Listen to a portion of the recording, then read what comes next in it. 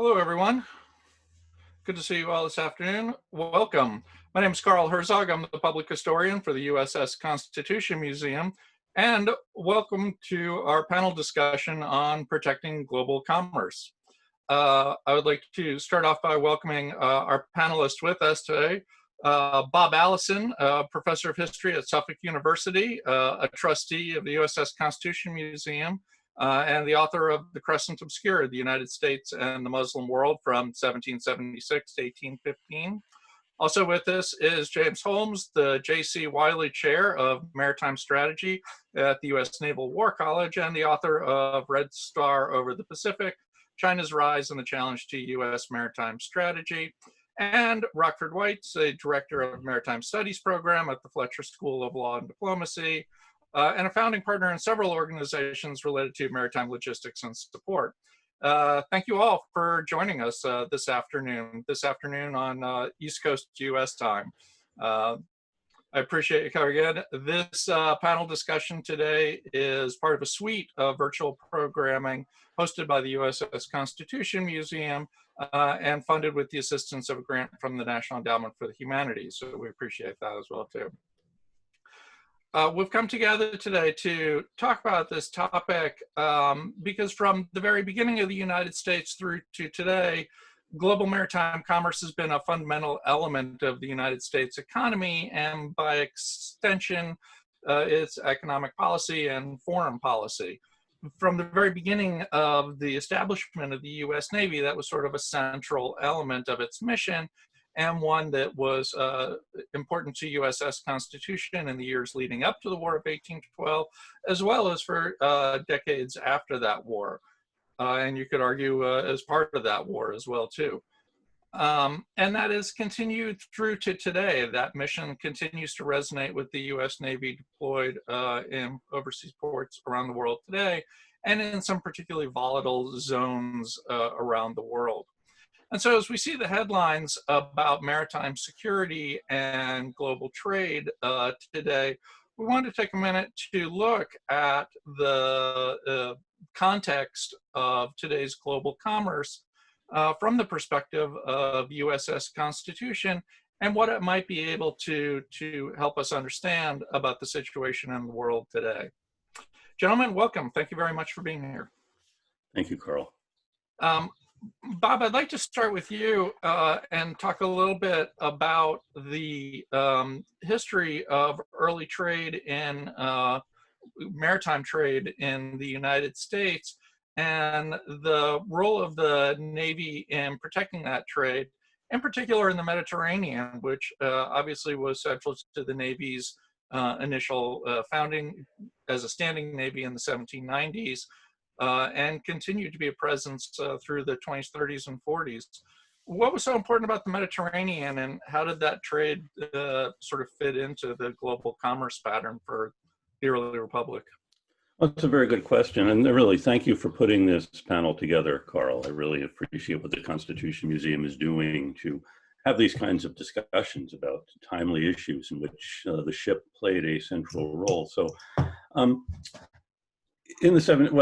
Thomas Jefferson, the first Secretary of State, in his report to Congress on the Mediterranean trade, actually one of the first reports he wrote, said that the Mediterranean was about 1/7 of American trade went through the Mediterranean. It was responsible for that big a piece of American commerce. And of course, in the 1780s, the Algerians had begun capturing American merchant ships in the Mediterranean. And this is one of the things that's provoking the creation of the Constitution, of the document, the new federal government that will be able to protect American trade.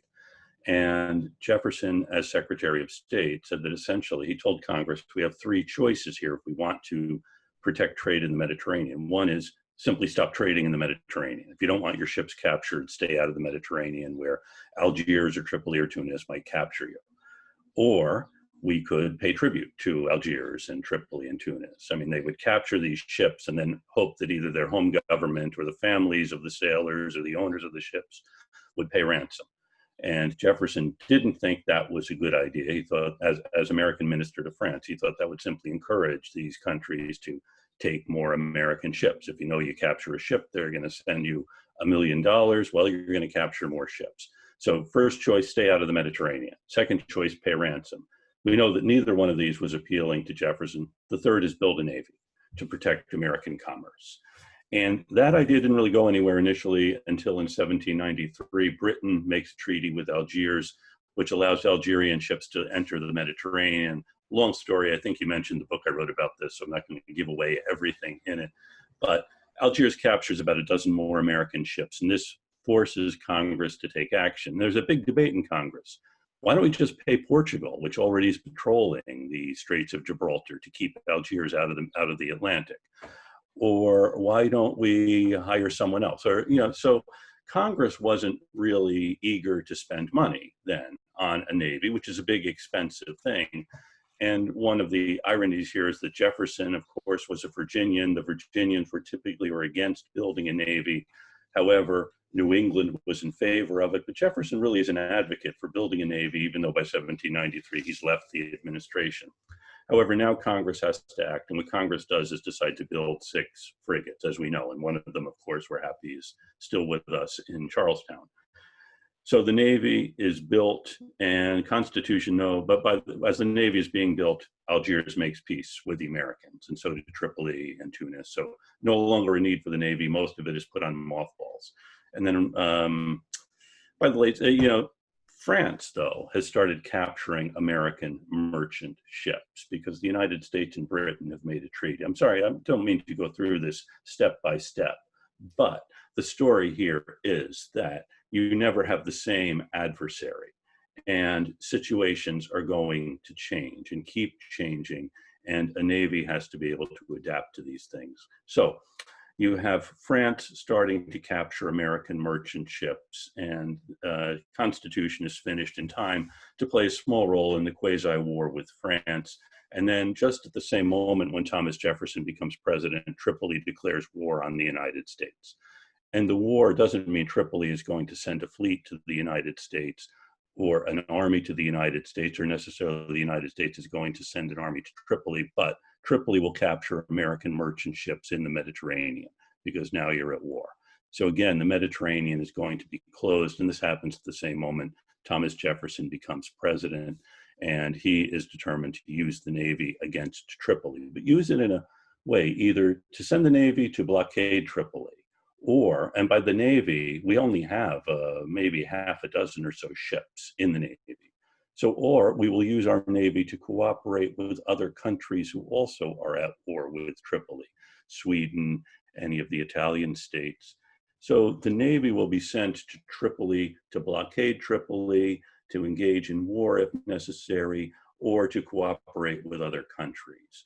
And the Tripolitan War is something I could go on about. In fact, I have at the museum. The museum is always good enough to invite me to come and talk about Tripoli whenever I need to find an audience. So you're using the Navy again strategically, and it's a great story, but that is really one of the great moments for Constitution, the war against Tripoli, which ends in 1805. And then, of course, the War of 1812. You remember, the taglines for that war were free trade and sailors' rights. The impetus for the war was that, both England and France were capturing American merchant ships. Both England and France had blockaded Europe against the other. So the Americans had been trading with both. We were neutral. And the British said, you can't trade with France or, in fact, with continental Europe if you want to trade with us. And in fact, if we find you trading with them, we'll capture you on the high seas. France said the same thing. You can't trade with England if you also want to trade with continental Europe, and we'll take your trade as an act of war. The United States said that neutral ships make neutral goods. The fact that we were neutral meant that our ships should be able to trade anywhere. It was an argument neither Britain or France was going to accept at the time. So our merchant ships were being captured by both. And this is the big thing precipitating the War of 1812, a war really fought with the idea of free trade, sailors' rights. And then the war ends, as we know, heroically with the Constitution. Should I mention the Guerriere and the Java and the Cyan and Levant, which are great stories in Constitution's lore, as well as in the Navy's lore. And then when the war ends, so what happens next? Well, the Navy is still essential to protecting American commerce, even though the interest of the United States has turned more inward. But there still is a great deal of trade going on. In fact, in the early 1830s, a couple of ships in Sumatra at the port of Kuala Batu are gathering pepper, and they are captured, actually attacked by local pirates. Java then and Sumatra did not have a centralized, stable government that could prevent piracy, and piracy was a lucrative thing. So this pepper ship, the Enterprise, I think, the Friendship, was actually attacked from Salem, attacked in Kuala Batu. President Jackson then determines to get tough, and he sends the Potomac, an American warship, to Kuala Batu to find out who was responsible and to punish them, which they do. And they do make alliances with locals who are hostile to these pirates. And also it's showing the flag, showing that if you attack one of our ships, we'll retaliate by sending another ship. Even though we have a relatively small Navy, we're able to deploy it in different places in a way to show our force. And at about the same time, the United States strikes up an alliance with Saeed bin Sultan al-Busaidi, who was the Sultan of Oman. And Oman stretched from Oman on the Arabian Peninsula to Zanzibar on the coast of Africa. And an American ship, actually the Potomac, had run aground off of the Arabian Peninsula, and the Sultan sent his men to protect this ship and help restore it. This establishes a friendship. So the United States is using its fleet kind of strategically, because your choice is either to have a fleet that can cover the entire world, or use effectively what you have. And this is really at a moment when the United States is emerging as a power with interests which are spanning the globe. Remember, the 18 teens, the United States for the first time has a Pacific fleet, or a fleet in the Pacific, even though at that time the United States was claiming the Oregon Territory but didn't have much else in the Pacific.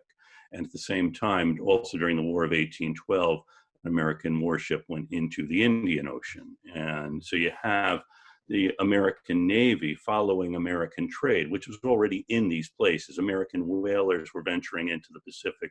Merchants from New England were going to the Pacific Northwest and to China, and then whalers are going to Hawaii. So you have American merchants going around the world, and the Navy really follows as a way of protecting them. And Constitution's World Cruise, which I'm actually writing a book about right now, is showing the flag around the world. And when Constitution arrived in China in the summer of 1845, initially Captain Percival thought we're going to stay just long enough to get fresh water and provisions. And in fact, one of the things it did that summer was deliver the first American flag to the new American consulate in Hong Kong, which also opened in 1845. So you see Constitution really following the merchant fleet, the Navy following the merchant fleet, protecting these sea lanes with this idea the Americans had. Really, we see it in the War of 1812, that free trade is the essential thing. So protecting the sea lanes for anyone who wants to trade, not simply looking out for the interests of American ships.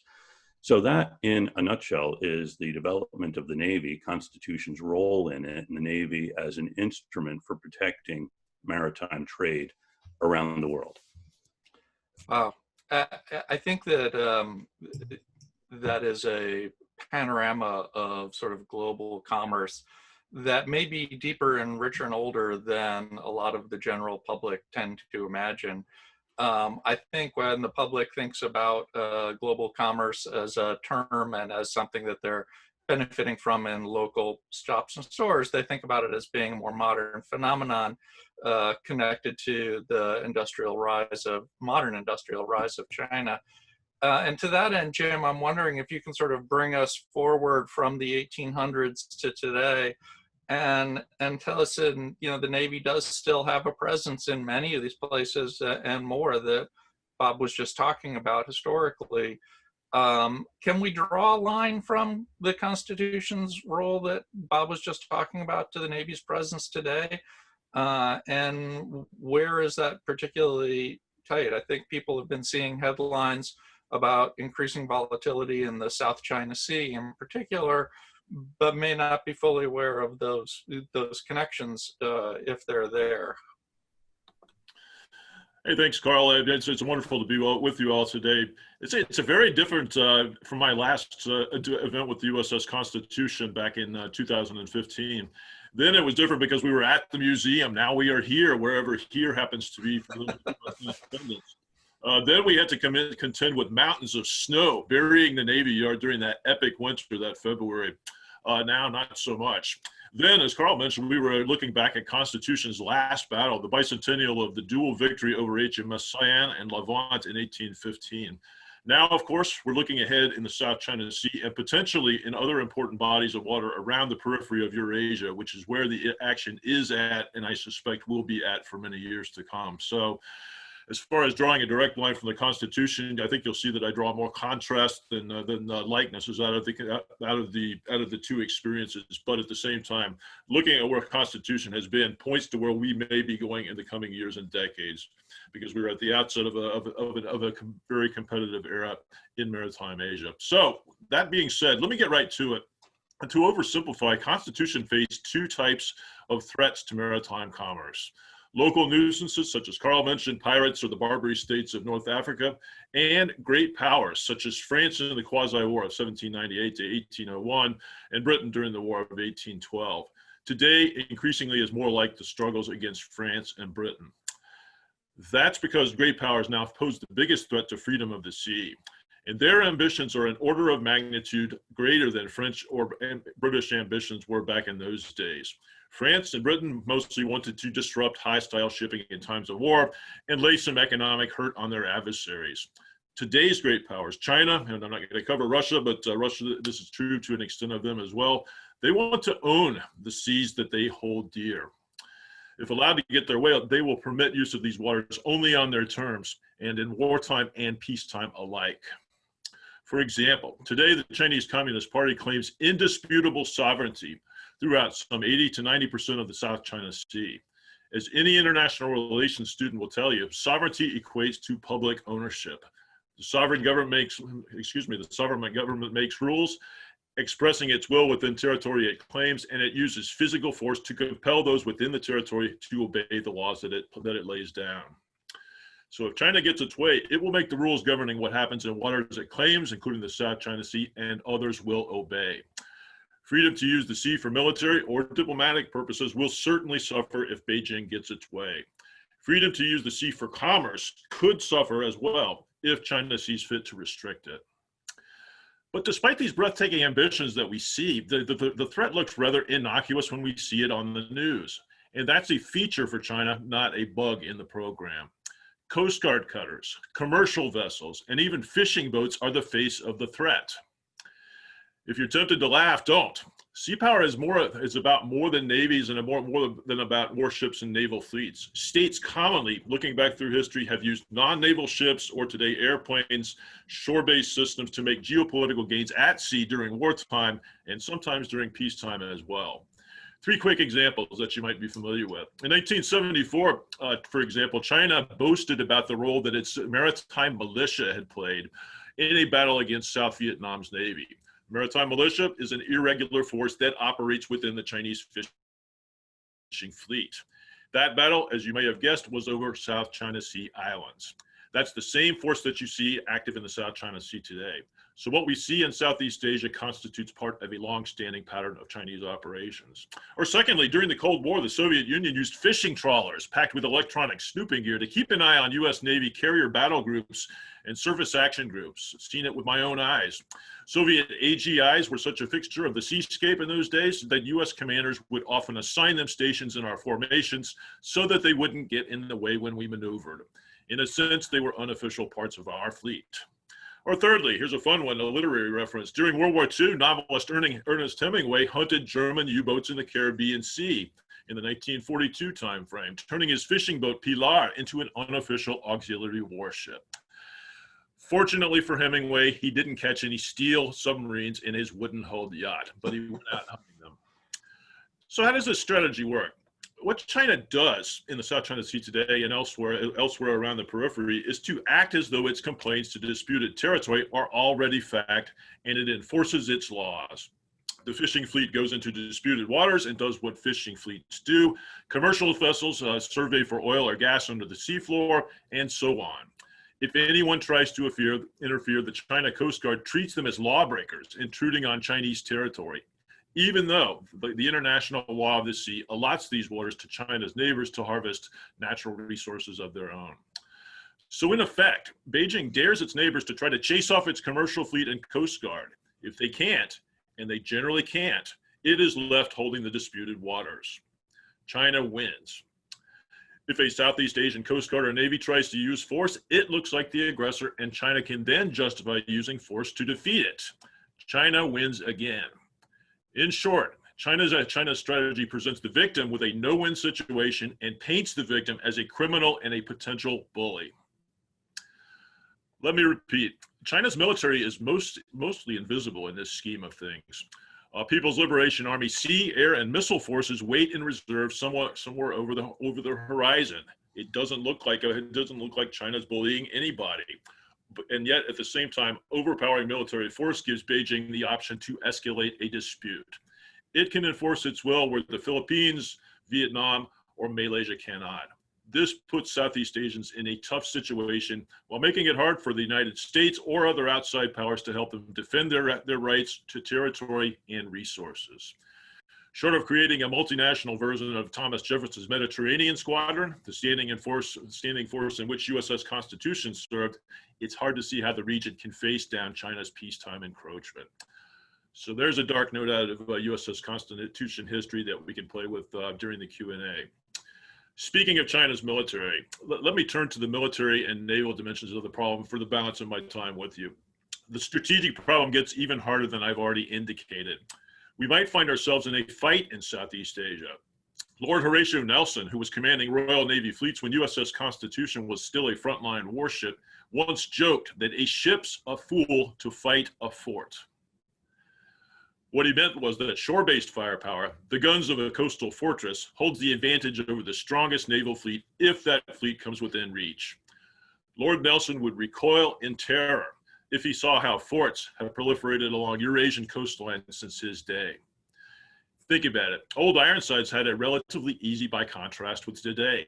The range of gunnery was minuscule in those days. Gun engagements took place at ranges measured in hundreds of yards. That meant navies could usually bypass shore fortifications. Today's artillery spans scores or hundreds of miles.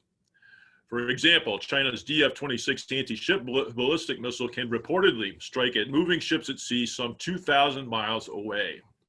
That's comparable to firing missiles from the Charlestown Navy Yard next to USS Constitution against ships off the Yucatan Peninsula or the southern tip of Greenland. And that leaves aside China's Navy and Air Force, which of course boast formidable combat power of their own. But there's still more. Forts are now mobile, unlike in the age of sail. Chinese missiles are mostly mounted on trucks. That means China could spread out sentries along its coastal perimeter to provide sentry duty, or it could concentrate them to mass firepower near some scene of action, say against Taiwan or against some adversary in the South China Sea. It can also move these missile batteries to evade counterattack. This is a flexible capability and extremely hard to root out. During Desert Storm 30 years ago, coalition air forces hunted for Iraqi Scud missile launchers in the western desert. Best I know, we did not take out a single battery. Furthermore, there's even more. China can locate its movable forts deep inland while still reaching out far to sea. For example, Taiwan's west coast is only about 100 miles off the mainland shores.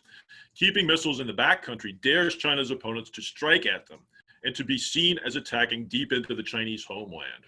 Again, China would cast itself as the aggrieved party in the dispute. Beijing believes we would balk at striking inland. If we do, we will permit PLA rocket forces a safe haven to pound away against our forces and our allies. So there's the problem. How should we deal with this problem?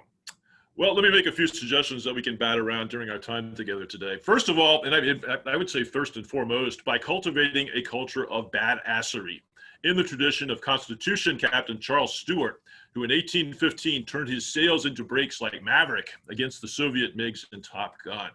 Stewart backed the frigate's sails to stop the ship, and the British enemy flew right by, letting Constitution engage the British ships one by one from a position of advantage, rather than at the same time from a position of disadvantage.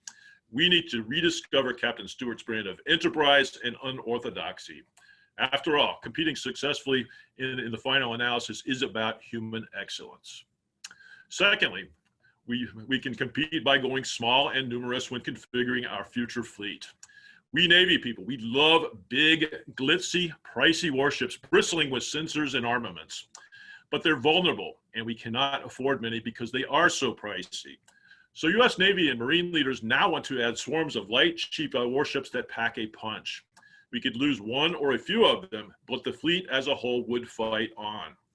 A fleet that can take a heavy hit and keep going is a resilient fleet, and a resilient fleet is ultimately a winning fleet. Thirdly, Navy and Marine leaders are talking about distributing firepower throughout the fleet as it currently exists. Good thing about the existing fleet, you can bolt anti-ship missiles onto most any hull, including even an amphibious transport or even an oiler or a supply ship of some sort. This is a throwback to the days of USS Constitution when merchant ships typically carried big guns for self-defense. If we make every ship a fighting ship, we make ourselves even more resilient while multiplying the challenges confronting our adversaries. Fourthly, by extending our fleet's range relative to Fortress China and China's Navy. We have started getting a handle on all the problems that I have cataloged. Over the past 5 years, we have made substantial progress in engineering. For example, Pentagon engineers have repurposed the SM-6 surface-to-air missile, an extremely capable missile, to conduct long-range engagements against enemy surface ships. We have developed a new long-range anti-ship missile and deployed it from U.S. Air Force bombers and also from Navy carrier warplanes. We have reinvented an anti-ship version of the Tomahawk cruise missile, a very long-range weapon that existed in my day in uniform and was foolishly retired after the Cold War. These things are not in the fleet in large numbers yet, but they are coming. All is not lost, despite the dark picture that I painted for you in the last few minutes. And lastly, we can compete successfully by integrating the Navy, Marine Corps, and Coast Guard efforts and forces much more tightly than ever before.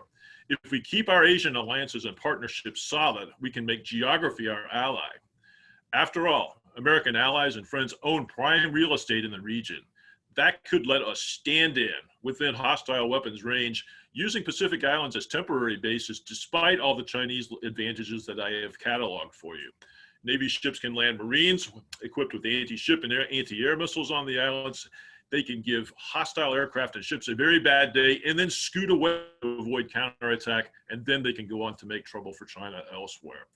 So in a sense, we can remind our opponents that their ships and planes are also fools to fight forts. So the ghost of Nelson, I think, would smile at this approach that I have laid out for you. So in the end, USS Constitution's career is a valuable sounding board, not because our high-tech age is like the age of sail, but because the contrast between then and now is so drastic. History shows where we have come from over the past 2 centuries, and it gives us clues to how to get where we want to go in the future. Thank you for your attention. Wow, thanks, Jim. I appreciate that. This is a fascinating look at sort of the balance of something that both you two talked about. We're looking at great powers colliding and state actors, threats not only to commerce on the seas, but battles over rights to ocean waters and everything in them and under them as well too, as Jim was pointing out, and all of the implications that has, and how as a naval strategy and maritime strategy, we're going to start to grapple with that. Yet I want to go to Rocky to talk a little bit about the merchant's perspective on this, sailing through all of these volatile situations and waters for 200 years, have been merchants who were in some cases Americans or not, but bringing trade in and out of the United States. Rocky, how has the merchant situation on the nation's waters changed? And hearing Jim's kind of dire prognosis of the situation, and the way forward in his mind from a naval strategy. Where does maritime commerce stand from a maritime security standpoint today? Great. Thank you, Carl. And first of all, it's really an honor to follow these two giants in thought leadership from history and maritime strategy. So thank you for having me. And I'll touch on a few things. I think I view the U.S. Constitution as a great way of educating our younger generations in the history of the United States's and our allies' connections to the ocean. And so I'm gonna frame a few things at a grand scale, and then I'll get into the nuts and bolts of the shipping side. So I think that there are a few constants from the early 19th century to current time. One is geography matters, and so the United States, as the most powerful of the great powers, also has in many ways the best geography, because we have these two great oceans. We have relatively weak neighbors, and we have orchestrated since the end of World War II a relatively open free trade system, mostly with allies. And that has given us a lot of advantages to secure our imports and exports. And that our economy is reliant on those. And I think that, you know, another piece of why the USS Constitution's mission to tell the story of the U.S. Navy, to tell the story of our relationship with the ocean, is that we have started to forget this as just a general population. We have 330 million people, and at this stage, how many of them crossed an ocean in a liner ship? Very small portion. And I think that I'm originally from the great state of Idaho, the great maritime state of Idaho, and it's a flyover state, and the oceans have become a flyover territory. And so we don't really, I think the average person doesn't appreciate the great scale of the oceans unless they're in one of the sea services or they work in the cruise industry or something. But it's not a large segment of society like it used to be even 50 years ago. And so I think that's something that the public education piece of this is a really key piece, because we're very reliant on global trade. And a few statistics here, so getting a little bit more into shipping, 90% of global trade by weight is transported by sea. Much of this is bulk commodities, things like iron ore, coal, crude oil, liquefied natural gas, all the agricultural products that are transported around the world, wheat, corn, etc. These are things that we take for granted. And as Greek ship owners often joke, God must have been a ship owner because he put so much of the goods far away from the population centers. So we're reliant on these flows. And I think that I look at these trade flows have been largely stable since the end of World War II. But I think 2020, more than any year, illustrates that these things can be changed for all kinds of different reasons, including even pandemic lockdowns.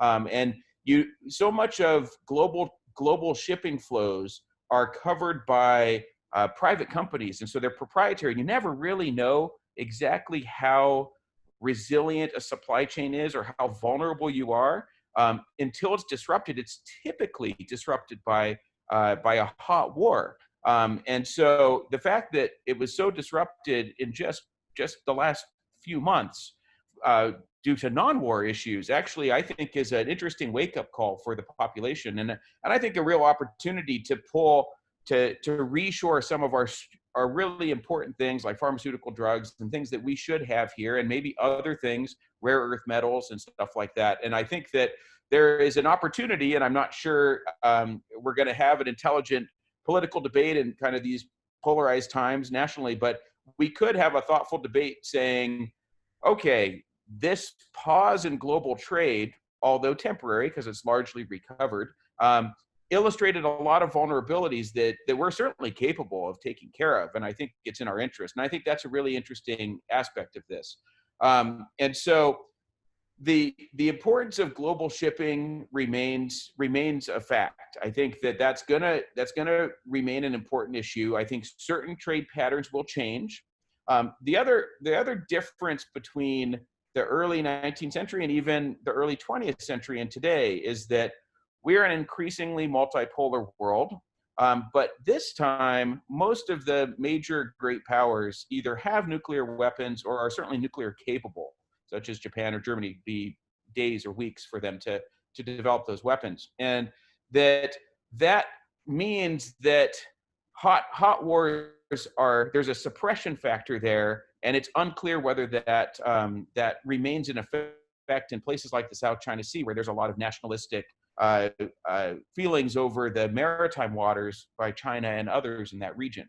And so all of a sudden it becomes very complicated. Now, I would say that American mariners from the 18th century to the present have been risk takers, and they've been out and really in many ways now, because of the global reach of the U.S. Navy and Coast Guard and other sea services, that in many ways today is much more secure. And even although there's areas of conflict like the South China Sea or parts of the Eastern Mediterranean or the Arctic, most of the world ocean is largely secure, except for you have sort of minor non-state actor threats. Really on the grand scale of global trade, the piracy issues, although it gets a lot of headlines, it's not a major factor in disrupting trade. And so I think all of those sorts of things make this a super interesting topical area to think about, because there's lots of different players, and the post-World War II global shipping industry is quintessentially international. And I'll talk a little bit about something called open registries. So historically, the jurisdiction over a commercial vessel was determined by the flag that it flew. And it still is that case today. And so if it's a US flagged ship, then the sovereignty of that commercial vessel and what is regulating that commercial vessel in international waters is that flag state's laws. Now, after World War II, as the global economy, particularly among Western countries, became much more liberalized, you had the fall of different colonial trading systems, it became very much a different system than we had historically, where, and there's interesting history here I won't get into, but certain flags rose to prominence, such as Panama and Liberia. And they're at this stage in 2020, mostly there for tax reasons and regulatory reasons. And so it's not uncommon that you have a Greek-owned vessel that's flagged in Panama, insured in London, and carrying goods between the United States and Japan, and crewed by Ukrainians, right? And this is just how the maritime industry works.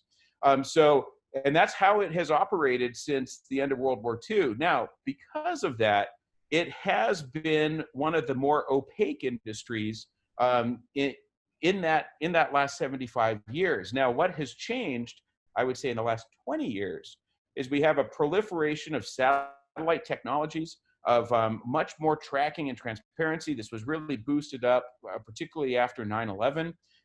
And so this core international industry that's the lifeblood of the globalized economy is now under scrutiny from satellite networks, from aerial surveillance, and much more coordination. I mean, I think that as I was thinking about this topic, the other big thing that has changed, of course, since the USS Constitution was fighting the Barbary Wars, is that news passes so fast. And so we know if a U.S. merchant ship is attacked in the Strait of Hormuz, we know it in minutes, right? And that is a difference from what we had historically.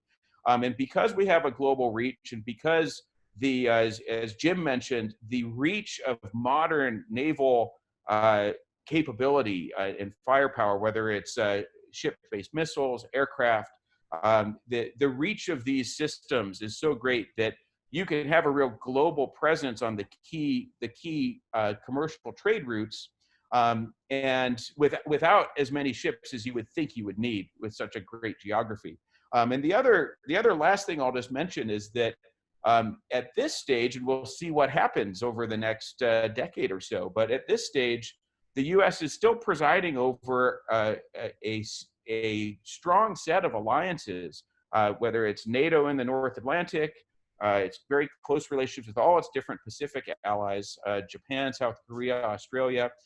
increasing coordinated efforts between India, Japan, Australia, and the United States. So bringing the Indian Ocean into the mix. And I think that as I tell my graduate students studying international affairs, 2020 is by far the most interesting time to think about global trade, global affairs, global naval competition, since certainly the Fletcher School was founded in 1933. And I think that all these different factors are increasing the complexity of the global trade situation.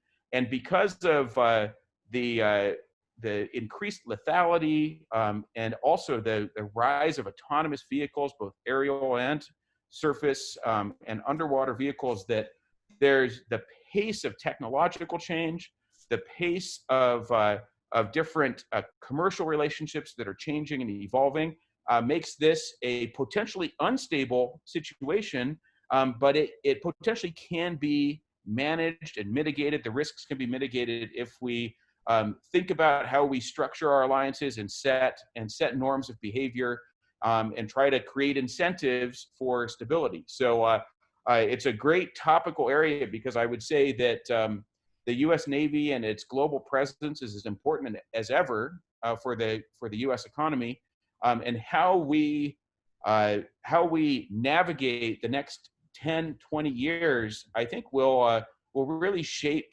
kind of how the century unfolds. And I'll close on this last point, because looking at the last 75 years of history, the great changes in both global commerce, but also international affairs, tends to happen in very compressed time periods. So between 1945 and 1949, there were lots of changes that happened. You had essentially the new US-led international order was set up. You had NATO, the Bretton Woods systems all set up. And then after the end of the Cold War, from 1991 to 1996, you had lots of other changes that took place. The WTO took place. You had kind of new appreciation for climate change with the Rio Declaration in 1992, and regional trade blocs like NAFTA in 1993. We had also a spurt of changes after 9/11, but really that was from maybe 2001 to 2004.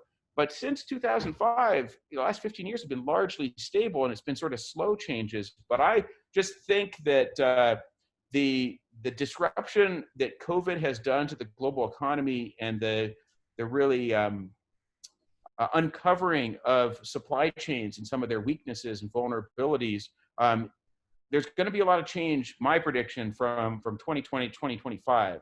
And so this 5-year period, it will be a time where decisions made between countries with shared interests and competitor great powers, I think will shape potentially the next 25, 30 years. So that should give a lot of different things for us to discuss in the Q&A. Yeah, it definitely does. In fact, we've already had a couple of questions coming in from viewers that are focused kind of along the lines of what you were just talking about, Rocky. And I want to take a minute to sort of address this broader theme, particularly as it both relates to the South China Sea and the conflicts today, as well as what a kind of different landscape it is from the one that Constitution was sailing in. And that, of course, is the United Nations Convention on the Law of the Sea. We've had a couple viewers already, attendees, asking about the value in this conflict of the U.S. Ratifying UNCLOS and what that could mean, and in terms of both commerce, but also in terms of providing a leverage point and a seat at the table to begin to address some of the issues that Jim is talking about.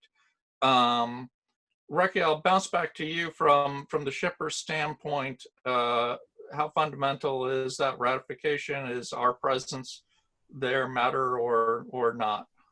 So I think it would be marginally helpful to get it ratified. I know my sort of joke to my students is, if it weren't named the United Nations Convention on the Law of the Sea, it'd already be ratified. And so I think that branding matters, I guess, is the key takeaway from that. But it's going to be a heavy lift to get certain skeptical kind of certain senators, and particularly in kind of the interior of the United States, to prove that. And I'm not sure it's. I think that it is often used actually pretty adroitly by the Chinese and others to kind of just make us look bad. But as a matter of practical reality, we follow that. We basically view that as customary law, and so we treat that as the existing law, even though we haven't ratified the treaty. And so there would be a marginal benefit, I think, to being at the table and having it be ratified, and might enhance our cooperation with our NATO allies and Pacific allies to look at it. But I would say this, and maybe it's just the sort of realist in me. I think international law is a great guide during peacetime. And what it does is it shapes nation-state behavior by creating a diplomatic penalty for violating international law. But in an open conflict, international law typically goes out the window. And I think I'm not the first person to talk about, it was against international law to fire your torpedoes from a submarine against a commercial vessel without surfacing on December 6th, 1941. But on December 8th, 1941, that went out the window. It was sink anything you can after Pearl Harbor. And so I think that there's a big difference when it's a hot conflict versus peacetime. Now, we haven't had a major hot conflict between great powers since World War II. And so, international law is important, and it's a good guide. But I think that I would describe it as a nice to have to ratify the UN Convention on the Law of the Sea. But what we can still move forward with that framework, and actually, I think another important piece of this, and it'll be interesting to see how this plays out over the next couple of years, is that the UN Convention on the Law of the Sea is being updated globally. The UN's really focusing on looking at other aspects of the high seas and how to improve it. And there may be a way to actually get it through the Senate. So we'll see what happens. But it also is going to start to cover some of the things like biodiversity and how we preserve the fisheries capacity globally, and all the other things that because of technological progress since the 1980s, all of a sudden there's a lot more interest in updating that body of international law. Jim, I might add a couple of things. Could I add? It's a standard. I'm sure you've seen it a lot, Rocky. It's a standard question. It always comes up in any South China Sea event or anything really involving freedom of the sea. Two things I always say. One, it's kind of, and this goes back to what you were saying about getting it through the Senate. It's a strange situation because you have the biggest spoiler of the international law of the sea within the system. China is a charter member of it, as is the Soviet Union and then Russia. And the biggest enforcer of it, which is ourselves, standing apparently outside the system. Would the system actually be enforced if the U.S. Navy did it in concert with our allies? Chances are no. But it's a weird situation, and that's the way I always encourage people to think about it. I don't have any answers as to what the correct way is, but it just feels weird. Which goes to the second point I was just going to make. The politics of it is, whenever it's, you mentioned the Chinese, but really even our allies in Europe or Australia or whatever, they'll usually bring up this question as a gotcha line. Hey, you know why you're not in the system, blah, blah, blah. And I always say what you did. Yes, it's customary law. Customary law is a very valid source of international law. But at the same time, if China, if somebody else can hold up a piece of paper and says, here's a written body of law, that just gives a person who makes that case a political advantage, because customary law is just sort of vague, and most people don't study the history of jurisprudence and so forth. So, yeah, I think just for those reasons, it would be good for us to finally sign on to the accord. But yeah, I guess we'll see whether it has a constituency if things are changing as drastically as you say they are. Thanks. And Jim, one of our other questions from a attendee regarding that was whether or not the U.S. needs to, UNCLOS would strengthen the legal regime to hold China in check when it's asserting sovereignty. Is there, regardless of the politics and the gotchas, is there any really valid, strength to it? Rocky says that it works in peacetime, but when you get into a hot war, it's not so effective. as things are starting to heat up and we're looking at the kinds of, turning toward the kinds of, I think you called it badassery strategies, where does that fit into, to this? I think it is, but you're not going to get. I'm a Fletcher guy, and so is Rocky. You're not going to get us to say that international law is. In fact, I'm putting you on report because you seem to downplay international law.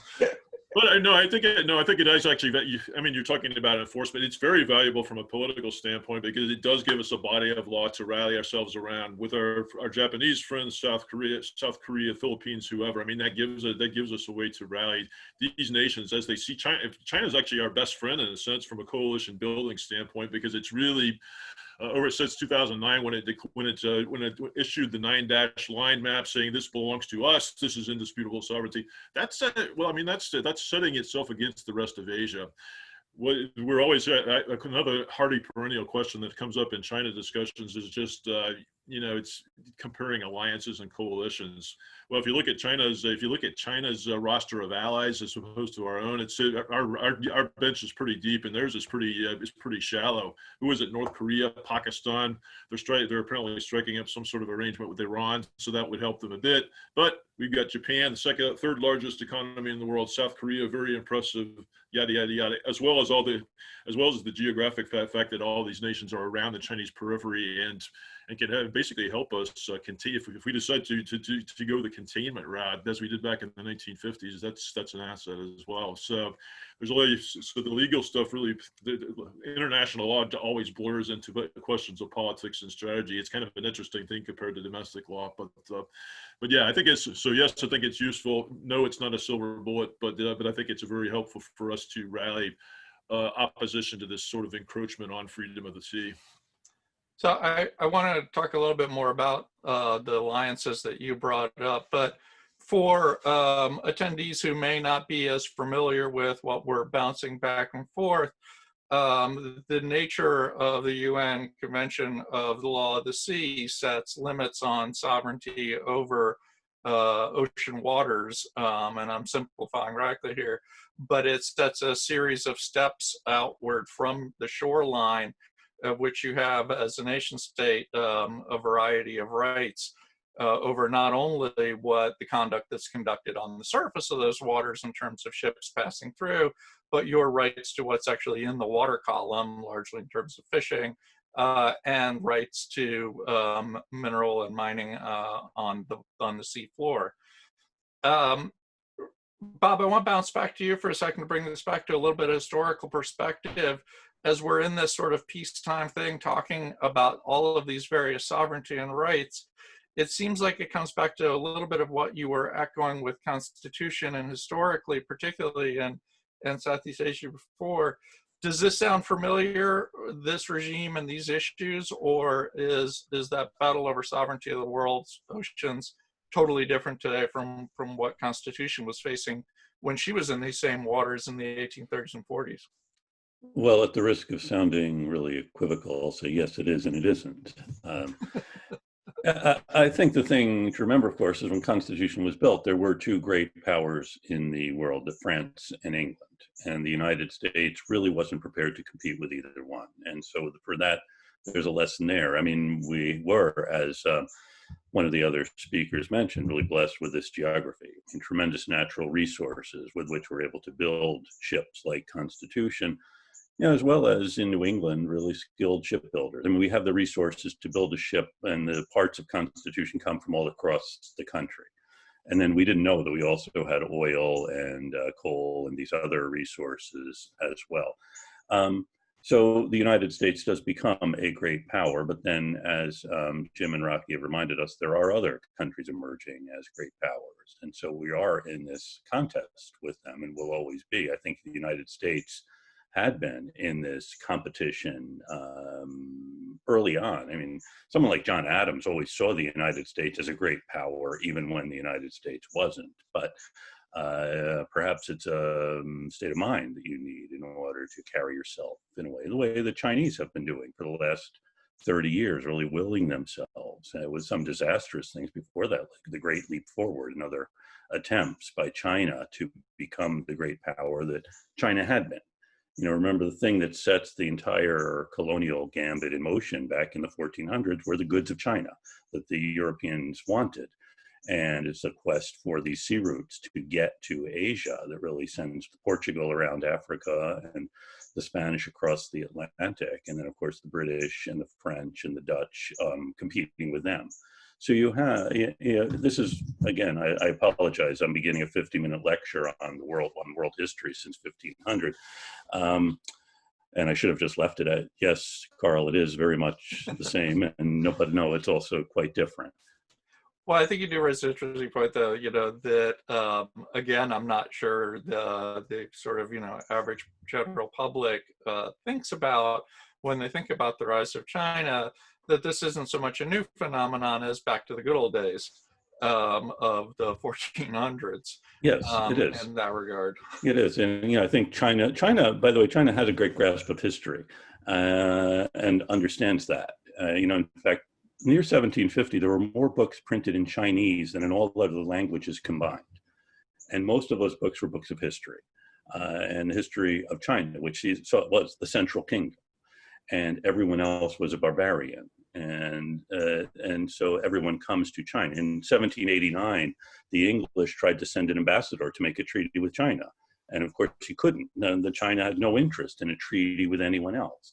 And it was only the Opium War that forced China into her first treaty with a foreign power. And that was after the English were determined to sell opium in China. And again, opium was illegal in China. And the English, the Americans, the French were importing it. And the Chinese government was debating, should we legalize this or should we ban it? And of course, the English anticipated the smart thing for China to do is legalize it because everyone can make a lot of money off of it. Much to their surprise, China banned it and then tried to enforce this. And this is what provokes the English into the war. And then in the wake of that, the United States was able to make its treaty with China. And then the French followed. But China, and again, China became a cautionary tale, of course, for Japan, which saw what had happened in China and wanted to avoid that. So Japan takes a different course. Japan had closed herself off to the rest of the world in the 1600s, and actually was able to enforce Japanese insularity for a couple of hundred years. And Japan sees we can become like China, carved up by everyone else, or we can create something different, which they did. And of course, it's sometimes difficult for us to remember that 70 years ago, we did go to war with Japan. In fact, when Franklin Roosevelt took office in 1933, the first month, he said, we're probably going to go to war with Japan by the end of the decade. So both of these powers vying for, their dominance in Asia. And so this, again, I apologize, I am rambling on about history. And I'm glad I'm able to talk because as Jim and Rocky have been talking about what's happening now and what might happen, I always tell my students that we historians sometimes can tell you what did happen, but when we start telling you what will happen, you should turn and run and go talk to someone like Jim or Rocky who has a better grasp of the future. Uh-huh. There's actually a couple of historical episodes that I think help us, and I agree with everything that Bob said. But there's when you look at, sometimes it's harder for us here in the West to understand why China gets so strident about naval affairs and about the sea. You alluded to the Opium Wars and all. I mean, that's that when you hear the Chinese talk about, as they do every day, about the century of humiliation, they're talking about the Opium Wars up to the founding of the PRC in 1949. That's the history I think that is relatively familiar to people. But if you go back, you also mentioned the 15th century. Briefly, for a space of about 3 decades, China, under the Ming Dynasty, had the biggest, the most technologically advanced, the most impressive navy in the entire world, which under Admiral Zheng He undertook a series of voyages around in Southeast Asia, South China Sea, and into the Indian Ocean. Depending on who you believe, they came to Newport, Rhode Island, and built the Stone Tower right here. I don't think they actually made it that far, but they almost certainly made it to the Persian Gulf and to the east coast of Africa. So that's a point of pride with China. I mean, it's trying to get its mojo back after being a non-naval power for a series of centuries. So there's that pride factor, and then there's also the humiliation factor. When you put those things together, I mean, that's a real propellant for Chinese maritime strategy and foreign policy. So it's fascinating history, and I think it's also a living thing. So I think it does help us point the way to China's future and our own. Rocky, any other thoughts from you on it? No, I agree with that. I mean, I think that history needs to be our guide here, and I definitely don't feel I can predict the future. I could say it's gonna. I'll predict that it'll be very interesting over the next few years, but I don't know which way it's gonna go. I think it's. I do think I like to encourage people to try to put themselves in a country's shoes. So you know, we shouldn't forget that China, of course, has 14 different neighbors. And its neighbors are a lot more threatening than our neighbors are. I mean, if Mexico were India, nuclear armed India, I think we'd feel differently about it, right? And if Canada were nuclear armed Russia, I'm pretty sure we'd feel differently. And so I think that, you know, they're in a tough neighborhood. There's a lot of nationalism and pride grounded through centuries of history, and they also have modern geostrategic reasons to boost their connections to where they rely on energy. So they extract a lot of energy from the Gulf region, much more than we do now. And it's not surprising in many ways, if you try to put yourself in their shoes, that their first truly overseas base is in Djibouti. And so I think what's going to be interesting is how India responds to that. And we're already seeing that over the last few years, almost accelerated recently because of the recent border dispute. And so we'll see how India, which of course dominates the Indian Ocean basin from a geography perspective, responds to that, and how it builds its own relationship, continues to build a relationship with the United States and Australia and Japan, in addition to its historic relations with Russia and Vietnam. It's the Indo-Pacific is going to be, I think, and again, it's a soft prediction, but I think that's going to be where a lot of the action is as far as competition. It's already, and this is just a fact, it's actually where most of the global trade flows are.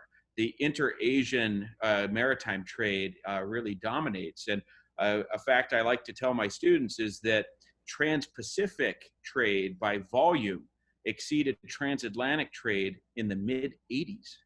And that surprises a lot of people. And so I think that, there's a lot of action commercially in the Pacific. There's increasing action in the Indian Ocean basin. So the Indo-Pacific becomes really important. And where is the key link between the Indian Ocean economies and the Pacific economies? Oh, the South China Sea. Malacca Strait, Singapore Strait, where we started, right? And so all of a sudden, when you start to put that global picture together, you realize that the focal point for the competition of how you control those critical commodities flows that fuel not only the economy of China from an import perspective, but also, of course, Japan and South Korea, strong U.S. allies, then you see how. And I love the badassery strategy. I think it's actually effective in the sense that if the partnerships of the Quad nations, so India, United States, Japan, and Australia, and South Korea having a relationship bilaterally with the United States, that's a pretty powerful alliance. And even Vietnam, for a relatively small power, is pretty capable for its size. And I think that it creates a series of partnerships that complicates China's ambitions to that 9-dash line that Jim mentioned. Rocky, you bring up a couple points that actually echo to conversations that have been going on among our attendees and questions they had, particularly asking about the role that the Quad has to play.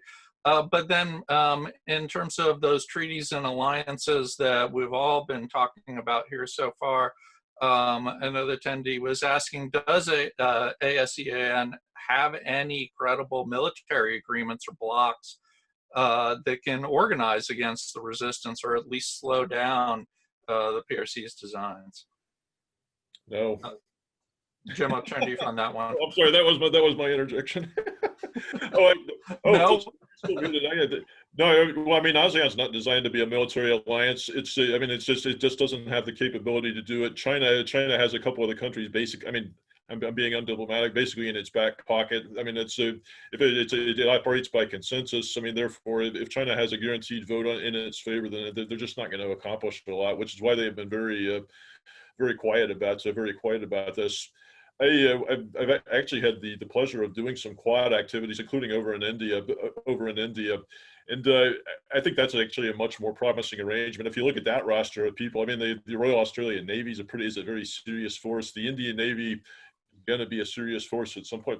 Look at, if we talked about China's geographic advantages in the China Seas, east of the Malay Barrier. If you go to the west, those things work against China and in favor of India, which is the home team at that point, has the interior lines, as Army people like to say, and has a lot of advantages that way. So I put a lot more credence in that exterior crescent potential coalition than I would in ASEAN's favor. So we do have. I will tell you. Actually, here's sort of a funny thing. You could tell how much the world has changed over the last decade or so just by looking at my email inbox. And up until about 2012, when President Xi, when Chairman Xi came in, I heard from Chinese people, my contemporaries in China, almost on a daily basis, and we were on very friendly terms. We would bat ideas around. That started doing this almost instantly. I mean, it was almost like a funnel, a bottleneck. But I never hear from them anymore. I'm now in touch with my contemporaries in Vietnam on a daily basis, and they're always asking, "What should we do about this?" Yada yada yada. So I think that gives you a sense of how the world has changed in Southeast Asia and Asia writ large. Wow, interesting. Other thoughts from the other two? We'll move on to another topic and question.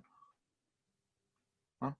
So I'll throw one more thing in here, Carl, that I think is an intriguing concept, which is as the fisheries in particular really become further strained, and they're already very strained, that could be a real hot point. And I think that that's something we need to just bear in mind, because that reliance on that form of protein for China and also its neighbors, I think shouldn't be underestimated. And that could be, I think they have the, Jim appropriately framed it, like they have their maritime militia of fishing vessels and other commercial vessels. And they also have now the world's largest Coast Guard. And I think that's a real interesting development. And they've built that Coast Guard essentially to become the number one by number of vessels in the last 5 years. And I think that we need to think about what that means from a U.S. perspective. The Japanese have already started building up their Coast Guard. And I think that from a kind of similar to what we were talking about with the law of the sea, where it's kind of just a gotcha that can be used diplomatically against the United States. When we're sailing our gray hull vessels through the South China Sea, and they're either responding with their maritime militia fishing vessels or their Coast Guard, it becomes a PR opportunity for the PRC. And I think that we need to think about how we get some more white hulls in there to be the front line of defense. And then the sad part of doing that is you have to get through kind of how you fix procurement in Washington, because the poor Coast Guard, and literally poor Coast Guard, is stuck under DHS, which is not where you want to be when you need more boats. And so, I think that we need to think about those sorts of things, because if we're going to maintain presence in a smart way that doesn't play into the PR factor for them, we should just think about those things and think creatively. So just something to kind of get the conversation going in maybe some other directions for the Q&A. Yeah. Bob, I want to come back to you on that PR aspect of this too. The idea of a naval presence or a national maritime presence, particularly in Southeast Asia, but around the world, was also sort of central, not just now with the Coast Guard that Rocky's talking about, which, as we all know, has had that increasing overseas presence for those very reasons, sent out to be that face, that more friendly face of American presence overseas. This bounces back, Bob, to what you were talking about in terms of the book you're working on now, right? Could you take a second to give us some context from the U.S. deciding to do the same thing with Constitution around the world in the 1840s? Yes, it does. And of course, I'm just thinking, My son is on a newly built Coast Guard fast response cutter that's right now on its way across the Pacific to its base in Guam. So, Wow. yes, I mean, the United States, the Constitution's mission was really ill-defined on its world cruise. It was simply to go to these different places, but the presence of the ship meant a great deal. In fact, the one written down piece of instructions that Captain Percival had was to see if there are any coal in Borneo that we could lease. And the ship gets to Singapore, and there in Singapore, there's a very interested guy named James Brooke, happens to be visiting. And Mr. Brooke had only recently become the Raja of Sarawak on the northwest coast of Borneo. And he, for years, he had come out working for the East India Company and set up in Sarawak. And he kept telling the British government, send a warship here, send a warship here. And then he's furious when he finds out the United States has done what he had been telling his government to do, just send a warship. He immediately, by the way, gets back to Borneo. He gets a lease on all the coal before Constitution gets there.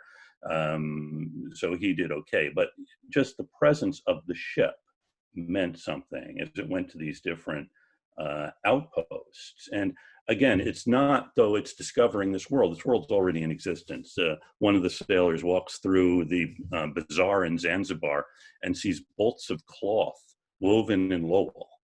And in the Indian Ocean, American cloth was apparently preferred to English cloth, although the cotton and English cloth all came from India. And so you had these networks of trade in existence. And so one of the things I'm finding in this book is just this documentation of this trade, this spread of commerce through the world. And it is, we sometimes use the phrase showing the flag in a way we don't really think through what it means. It's just this presence here of this warship that, and everywhere they go, they're encountering other Americans who have gone out as part of this trading network. And when Lieutenant Dale sees the bolts of cloth from Lowell in the market in Zanzibar, he says, we really are a great people. It's unclear how exactly he means that, but this is this enterprise that was there.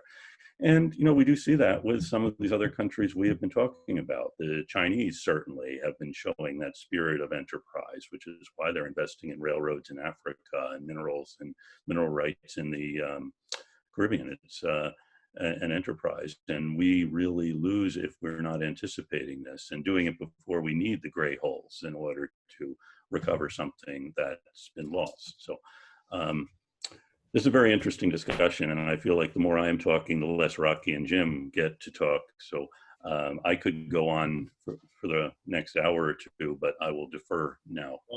I was just going to add one thing and one theoretical point to what you were just saying, and I think it'll conform exactly to what you just said about Constitution. Constitution in the 1840s is not a serious warship anymore. I mean, it was great in its day and so forth, but technology is moving on. Yes. But looking back at British history, there's one way to look at the British during their imperial heyday got really good at naval diplomacy to the point where they could actually have a single frigate show up on a foreign station, and the local populace, if Britain's trying to influence that local populace or whoever, if they knew darn well that the full combined might of the Royal Navy stood behind that frigate, yes, right. At that point it became a symbol. It became a symbol of Great Britain and the Navy, and that gave it political clout. So I think that's why the Constitution was able to do that sort of mission, because the United States is becoming a force to be reckoned with, and at that point we're starting to do the same sorts of things. I don't think we ever have gotten as good at it as the British were, just because they had a lot more time doing it. But it is, the idea of a symbolic ship is kind of neat, especially since it's our ship of state now. So it's even, even more symbolic. Right. Unfortunately, I can't do a world cruise anymore. But, that's right. There's one little story that I'll share. The Constitution left Guangzhou and was on its way to Manila. And they had heard rumors when they left the U.S. in 1844. And then, of course, that was a presidential election year. And the big slogan was 54-40 or fight. The United States was going to go to war with Britain over the Northwest Territory, 54-40, the Northwest, the boundary of what's now Vancouver, British Columbia. And Vancouver, we wanted that to be our Northwest border. So they leave with this rumor of a war with England. And then they skip India. They don't visit India. They do go to Singapore, which was a free port. And then, as I said, they're in China for a couple of months, and then they're leaving China. and suddenly they see about 10 ships approaching from Manila. And it takes them a while to determine whether are they French, are they English, are they Spanish?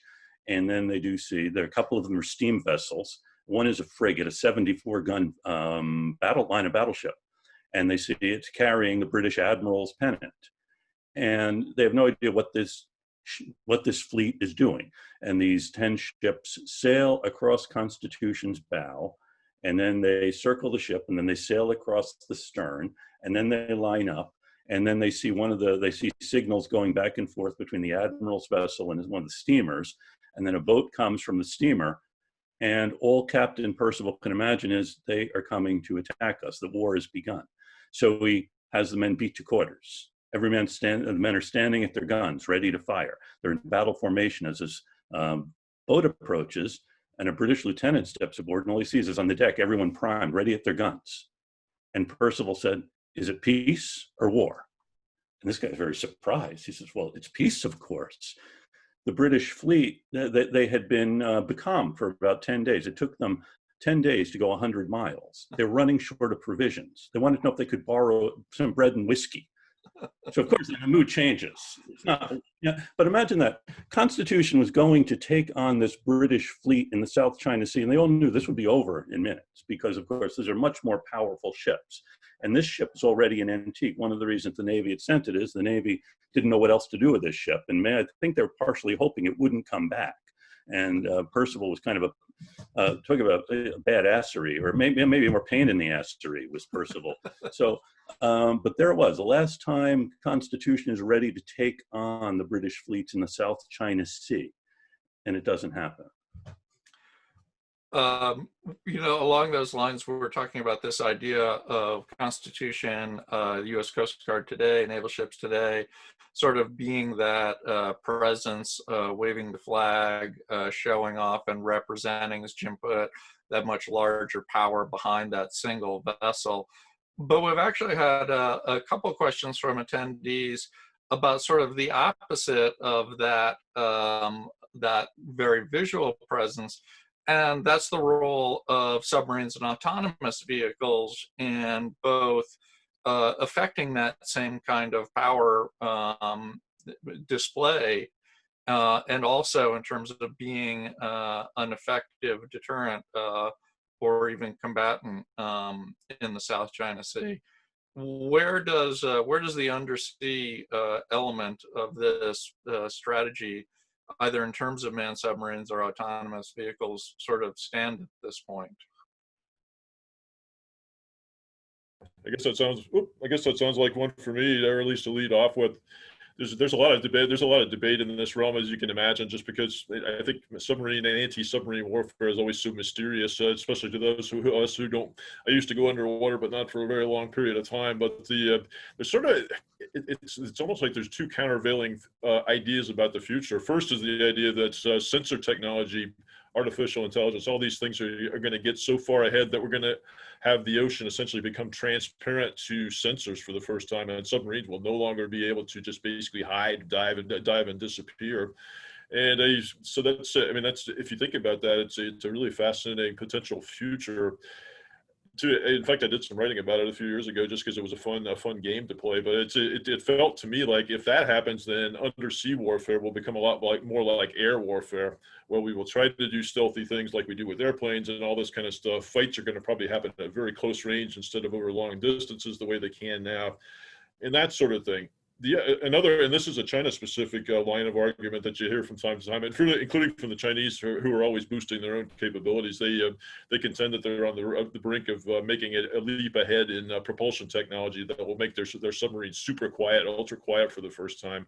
They've been sort of a running joke in the U.S. Navy for many years now. In fact, one of my colleagues at work, whom I've known for 30 some years, he said submariners during the Cold War used to joke about Soviet and Chinese submarines. Listening for them, which is what we do underwater, is like listening for two skeletons making love inside a metal trash can. They were that hard to find. I mean, they were just basically announcing their presence. They've come a long way since then. What happens if Chinese submarines do become like what we're familiar with in our own Navy, with Russia's Navy, Japan, or whatever? I think that's probably, I think that's something to think about in the South China Sea, which China pretty clearly sees as a submarine bastion. That I think is where its ballistic missile submarines are going to hide out. That is one reason it's so strident about our not going in and doing military surveys, underwater surveys, and that sort of thing. They don't want us to know that potential battleground because that's where they want their submarines to hide. That's where they're very concerned with the Luzon Strait, which connects the South China Sea with the Pacific, goes between Taiwan and the Philippines. That's also a geographic waterway that they pay a lot of attention to as well. So I'm not sure exactly which one of those branches that we're going down or whether there's something else, but there's like you said, like Rocky said, it's interesting times lie in store in the undersea realm as well. You mentioned UUVs. I don't actually have a clear sense of how those things are going to play. I'm actually I'm not a skeptic of unmanned vehicles. I am a skeptic about unmanned vehicles that we think are going to go out and be just like ships and stay at sea for a very long period of time. Anybody who's ever served on a ship, you're constantly working on that thing. Can you really make an unmanned vehicle with no maintenance personnel on board? What happens when something breaks? I tend to see them sort of as short-term payloads that could operate in confined areas for limited periods of time. We will see. We'll see what the technology people say, but that's maybe I'm just getting aged out by technology, but it doesn't feel like a near-term prospect. You know, that's a wonderful segue to something, Rocky, I'd like you to address, but it ties into what Bob was talking about too. The nature of the sensors that we're talking about, both in terms of underwater sensors, but also in terms of that communication speed. You know, Bob was talking about finding the birds, and they've been becalmed for so long at sea. And here we, as we said at the very beginning of this, we have in minutes this communication back and forth. But as that sort of relates to the development of AUVs, I don't think what many people in the general public are familiar with is that even in the commercial realm, this is something that's beginning to be considered. And mostly because of that increased sensor capability and communication, but may still have some of those inherent problems that you're talking about. Rocky, I'm wondering if you could take a second to sort of tell us what's happening with the idea that we don't need to worry about crews on tankers and freighters anymore.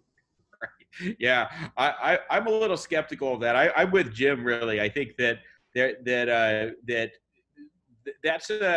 it's unclear to me it's worth the cost savings. You already have these massive commercial vessels carrying incredible amount of cargo with 15 or 20 crew members. It's not, the crew is typically not the main cost driver. It's usually the fuel is the main cost driver and the capital expense of the ship.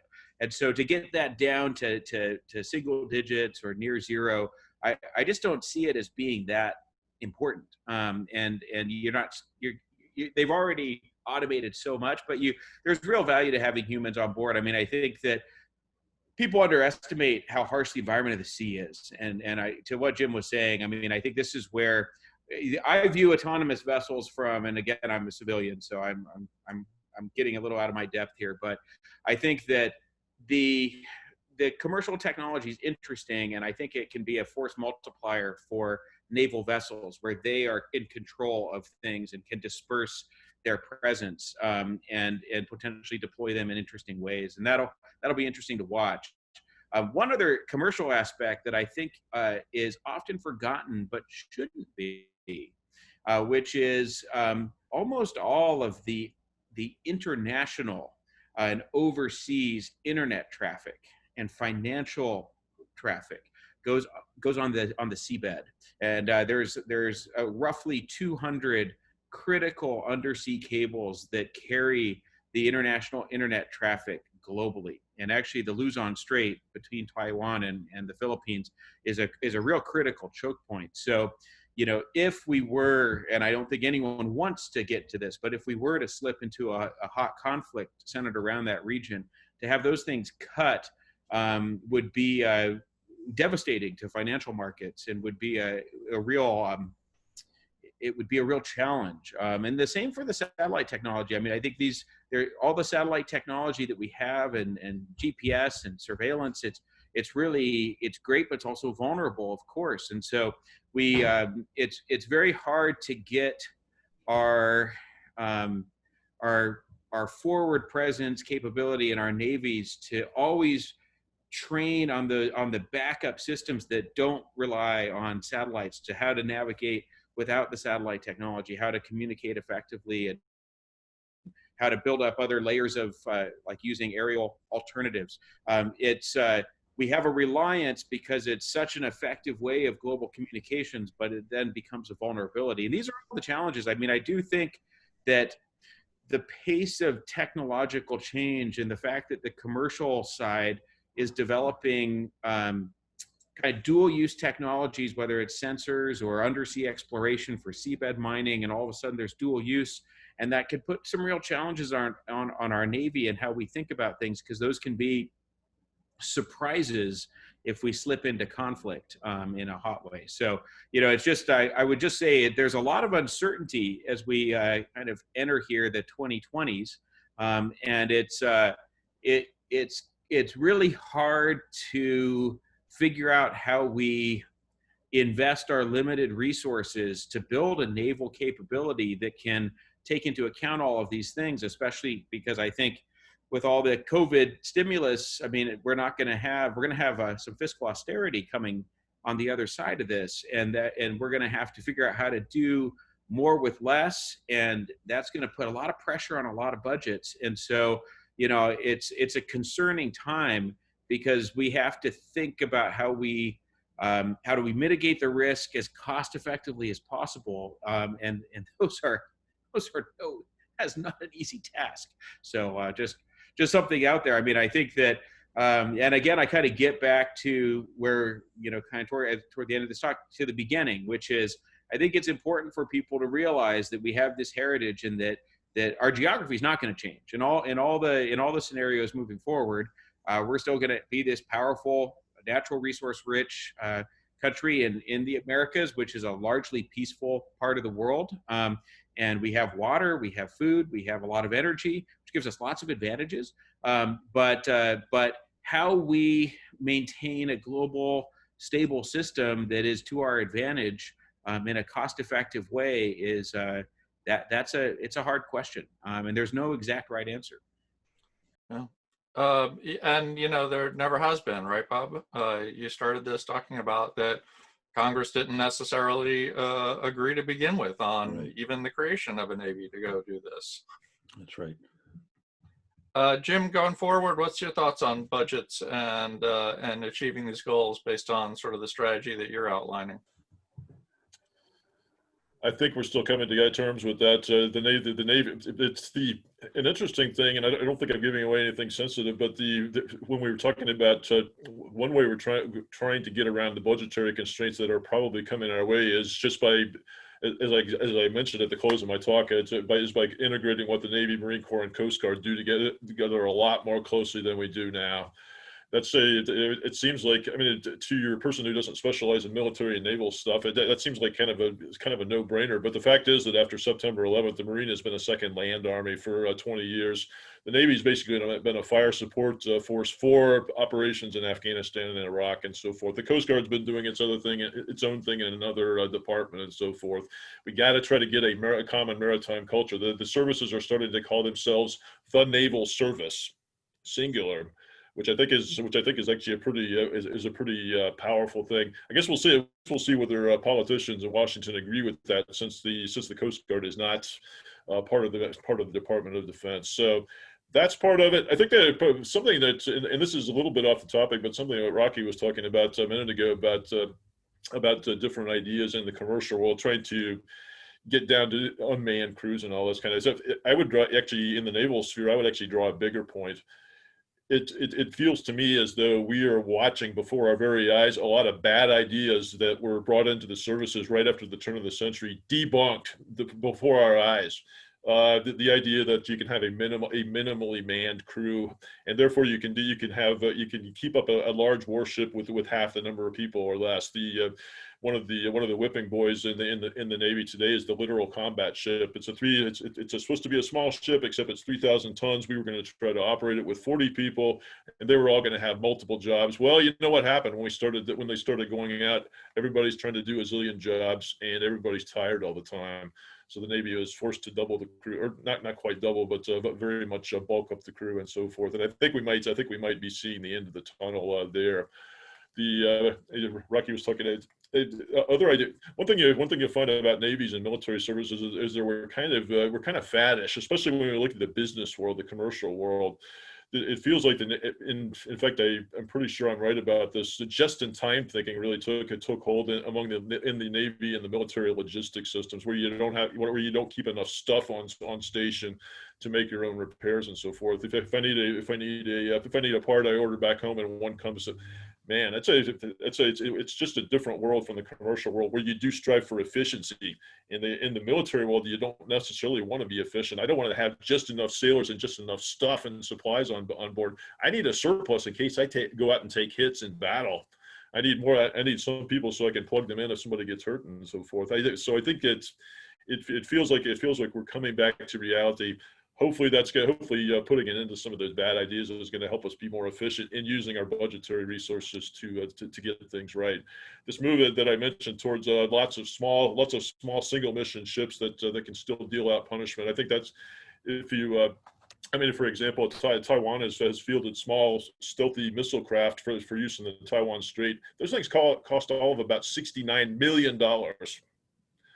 Whereas if you look at the Zumwalt class destroyer, those things are going for about $4 billion a copy. I can build a whole lot of missile boats for $4 billion.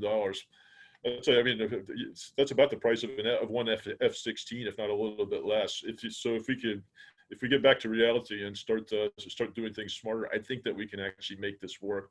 We'll see. We'll see how things go with the elections this fall and the next 4 years with whoever is in charge in the White House. But I at least have some hope that we're turning the corner. It is those arguments again echo back to arguments that were made historically. Jefferson's gunboat navy was a critical sort of alternative and looked after in that regard. Although in that particular case, maybe you could argue not as successful. But also, again, Constitution itself, that hybrid vessel designed to serve those multiple functions of both force and power projection, and yet speed across a lot of the world's oceans, albeit with a crew of 450 rather than 40. So we are improving a little bit in that regard, even if the LCS is a little overboard. Pardon the pun. Hey, let me encroach on Bob's territory again. Here's a fun point, sort of a Boston point. Teddy Roosevelt wrote a wonderful history of the War of 1812, and he was disrespectful to Jefferson. I'm a Roosevelt guy, and he was so disrespectful. I was angry at him when I did my dissertation on TR in my first book. But you know what? In 1907, when he gave a message to Congress, the forerunner of the State of the Union address, he was talking about how to organize a navy. He said it's basically two parts. One, coastal destroyers, coastal submarines, sea mines, guns, and all that kind of stuff, so that the port can defend itself. If you can do that, if you can hold an enemy fleet at bay with that kind of stuff, guess what? The Navy, the battle fleet, he calls it footloose. Sounds like a movie from the 80s. The Navy, the battle fleet can go out and roam the sea. It can fight an enemy Navy, project power ashore, guard commerce, or whatever the case may be. So, I think TR he just basically disliked Jefferson and therefore dissed his strategy. But you know what? He ended up basically agreeing with it, provided it was correctly done. So, although he would never admit it, he was always right. But Well, Joe, but we are just past 5:30. We said we were going to try and keep this to 90 minutes. I appreciate your time, but I do want to give each of you one last chance to express any final thoughts or considerations based on the conversations we've been having. I apologize to those attendees who may have had other questions we haven't even had a chance to get to. This video will be available to watch again on YouTube. Bob, coming back to the history of this, any final thoughts on this context of the 1800s to today? Well, I've really learned a lot here, and I think the most important thing I draw from both Rocky and Jim, one is the geography of our country, which gives us these great advantages. And then from Jim, of course, we also have that strategic concept of badassery. And I think both are really essential to our success in the future. Oh. Rocky, from the commercial standpoint? Yeah, I just think I would just close with this. I think that it's always important to keep in the global dimensions. As we think, here in Boston, we've really grown to become a global city, and that's mostly been through our airport, which now has direct flights all around. But it's built on there's historical inertia there. It's always been a global city in many ways. If you go back and study the history of New England and the trades with China and others and Japan. And so I think that it's why I say this as well, because I think it was an important point Bob made, that China, which is increasingly our sort of clear primary competitor, they really they spend more time on the rolling average studying history, whereas here in the United States, when people say that's history, that's unfortunately a colloquialism for that's not important. And I really and I try to really press it on my three kids that history is really important because it's a guide.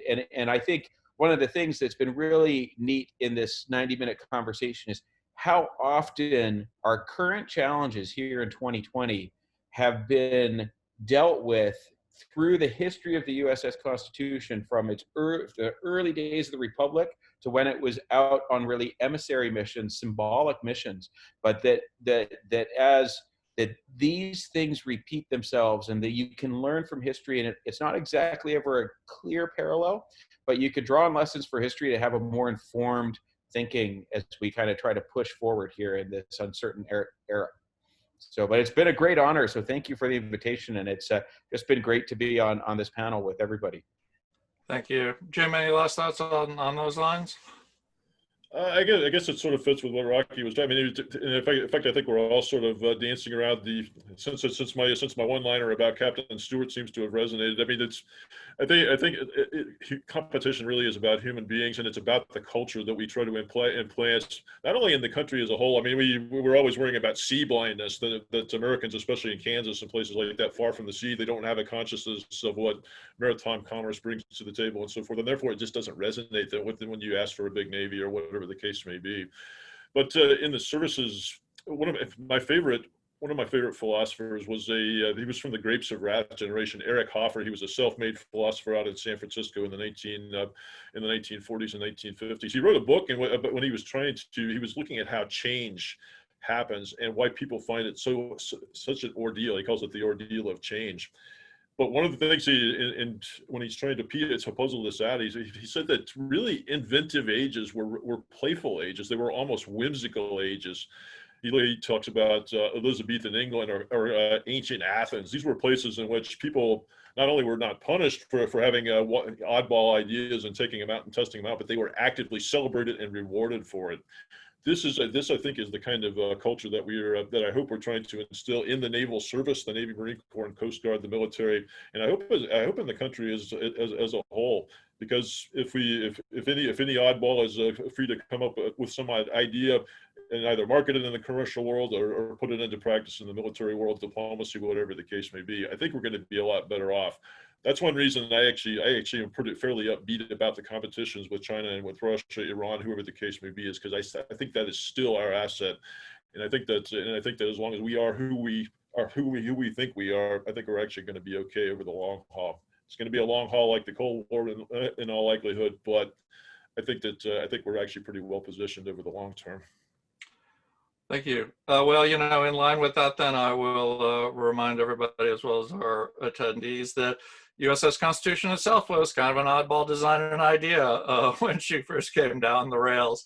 And so that oversized frigate that was able to move fast and still carry power was indeed a sort of whimsical, maybe a stretch, but definitely unusual at the time and surprising to her competitors. John, thank you very much. I really appreciate your attending today. Thank you to all of our participants and attendees who joined us live today, had questions, or participated in a chat that occurred alongside. Again, this panel will be archived on YouTube. We did have one other question from attendee saying, when's the next panel? And we will, in fact, be holding additional events toward the end of this year. Stay tuned to our website, ussconstitutionmuseum.org, or any of the USS Constitution Museum social media outlets, Facebook, Twitter, Instagram, for updates and news on our next panel discussion, which is already in the works. No spoilers yet. So again, thank you all for your attending. Thank you, everybody, and enjoy the rest of your afternoon.